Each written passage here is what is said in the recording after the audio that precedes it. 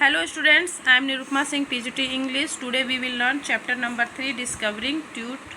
The saga continues. Written by A.R. Williams. Discovering means होता है discover करना, किसी चीज़ को खोजना. Tute is the short name, pet name of Tutankhamun, who was the last heir and last king of Pharaoh dynasty in Egypt. Tute short name है टूटनखामुन का, जो कि फ़ैरो मिस्र के राजाओं को फ़ैरो कहा जाता था और वो अपने डायनेस्टी, अपने राजवंश का लास्ट किंग था. The saga continues. Saga means होता है स्टोरी, कंटिन्यूज मतलब अभी तक चल रही है. सागा मीन्स स्टोरी किसकी रिलेटेड? टूटनखामुन की स्टोरी. टूटनखामुन की मृत्यु आज से हज़ारों साल पहले हो गई थी, मगर उसकी मृत्यु से रिलेटेड जो मिस्ट्री है, अनसॉल्व्ड मिस्ट्री, वो अभी तक से वो कहानी चल रही है कि किस कारणवश उसकी मृत्यु हुई है. Actually Tutankhamun died in his teenage after ruling for 9 years. Tutankhamun लगभग 9 साल तक राज्य करने के बाद टीन एज में ही 19 years के एज में उसकी मृत्यु हुई गई थी. His death gave birth to a mystery. This chapter talks about all the possible mysteries, the curse, where his tomb is lying, his whole life, and finally his death. ये जो chapter है, ये इस चैप्टर किस चीज़ के बारे में है? उसकी मिस्ट्रीज़, टूटनखामुन से रिलेटेड जितनी भी मिस्ट्रीज़ हैं, रहस्य हैं कि उसकी मृत्यु कैसे हुई, उसका लाइफ कैसा था, ये सब चीज़ें, उसका टूम्ब कहाँ पे मिला, और उसकी टूम्ब से रिलेटेड बहुत सारे कर्स, श्राप भी हैं, क्योंकि उसकी टूम्ब को 1922 ईस्वी में खोजा गया था. फिर वहाँ से निकाल करके उसके मम्मी को सीटी स्कैन किया गया, तो एक वहाँ पे मान्यता है कि उसकी टूम्ब को उसके मम्मी से छेड़छाड़ हुई, तो उसका कर्स, उसका श्राप मिला उन लोगों को जिन लोगों ने उसको खोजा था. तो ये सब मिस्ट्रीज से रिलेटेड ही ये कहानी है. और his whole life and finally his death, और उसकी पूरी ज़िंदगी और उसके डेथ के बारे में. The chapter gives all the facts and information about the death of tweet. इस चैप्टर के माध्यम से A.R. विलियम्स ने ट्राई किया है कि ट्यूट्स की लाइफ और उसकी हिस्ट्री और उसके डेथ से रिलेटेड जितनी भी उनके पास जानकारी थी, सब कुछ देने का कोशिश किया है. Tutankhamun was the last leader of the great pharaoh dynasty.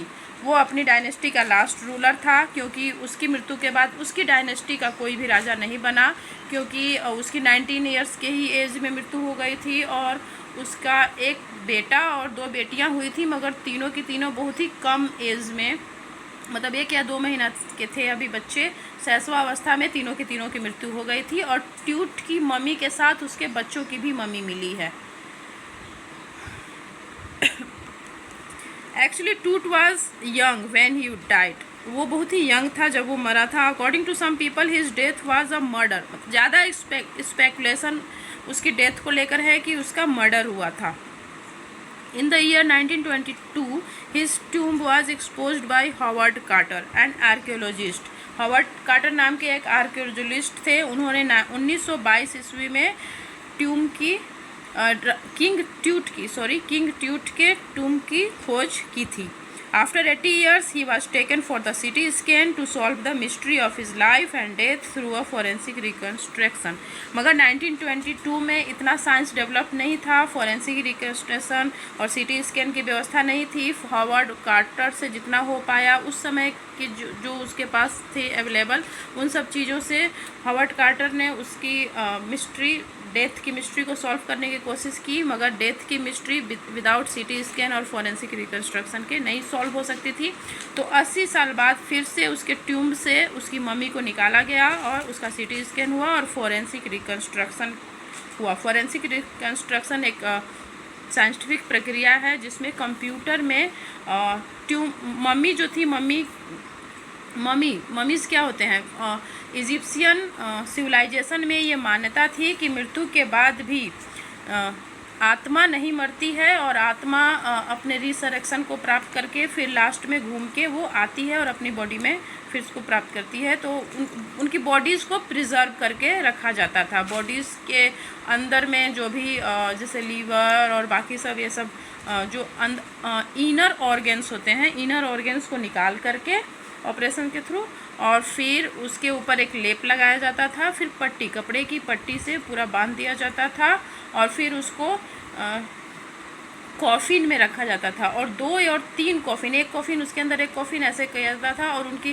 उस ममीज़ को सोना से भी, क्योंकि ममीज़ जितने भी हैं राजाओं, रानियों, राजकुमारों, सेनापतियों, मतलब रॉयल्स लोगों की होती थी, आम आदमी की नहीं होती थी। रॉयल्स लोगों की ही बॉडी को प्रिजर्व करके रखा जाता था, क्योंकि ऐसी मान्यता थी कि वो मतलब आत्मा घूम के फिर से आती है अपनी बॉडी के पास, इसलिए उनकी बॉडी को प्रिजर्व करके रखा जाता था। और उसके साथ ढेर सारे खजाना भी उन्होंने उन राजाओं ने जितनी भी चीज़ें अपनी लाइफ में यूज की होती हैं, उनके गोल्ड के चेयर्स, उनके गोल्ड के बेड, और उनकी ज्वेलरी, उनके बर्तन, आभूषण, सब कुछ और भी बहुत सारी चीज़ें उनके ट्यूब में रखा जाता था, क्योंकि वो सब माना जाता था कि वो सब वो यूज करेंगे अपने आफ्टर लाइफ में, मतलब इस जीवन के बाद जो उनका दूसरा जीवन मृत्यु के बाद जो स्टार्ट होगा, उसमें भी ये सब सारी चीज़ें, कपड़े, महंगे महंगे कपड़े, परफ्यूम्स, खेलने के सामान, चेस, और ये सब ट्यूट की मम्मी के साथ भी मिला है। तो आफ्टर लाइफ में वो सब यूज होगा, ऐसा माना जाता था। तो फिर जब 80 साल बाद टूटनखामुन की मम्मी का फॉरेंसिक रिकन्स्ट्रक्शन हुआ, तो फॉरेंसिक रिकन्स्ट्रक्शन में मशीन से उस कंप्यूटर पे उसका फेस का रिकन्स्ट्रक्शन होता है कि उस समय ट्यूट कैसा दिखता था। जो हड्डी का ढांचा बचा रहता है मम्मी के रूप में, क्योंकि जो मसल्स होते हैं वो सब तो गल ही गए होते हैं जब वो कपड़ा हटाया जाता है, तो फिर हड्डियों से ही कंप्यूटर में फिजिकल अपीयरेंस का रिकन्स्ट्रक्शन होता है। तो ये सब काम ट्यूट की मम्मी का हुआ। 1922 में उसकी खोज हुई, और 80 साल बाद सीटी स्कैन और फॉरेंसिक रिकन्स्ट्रक्शन हुआ, जिसके थ्रू उसके मृत्यु के रहस्यों के बारे में पता चला। मैक्सिमम उसके सिर में पीछे एक होल पाया गया, ऐसा लगा है कि उसका मर्डर हुआ था। और ट्यूट की मम्मी इजिप्शियन सिविलाइजेशन की जितनी भी मम्मीज की डिस्कवरी हुई है उस सब में ट्यूट की मम्मी काफ़ी इम्पोर्टेंट है, क्योंकि ट्यूट की मम्मीज़ के साथ बहुत बड़ा खजाना मिला था।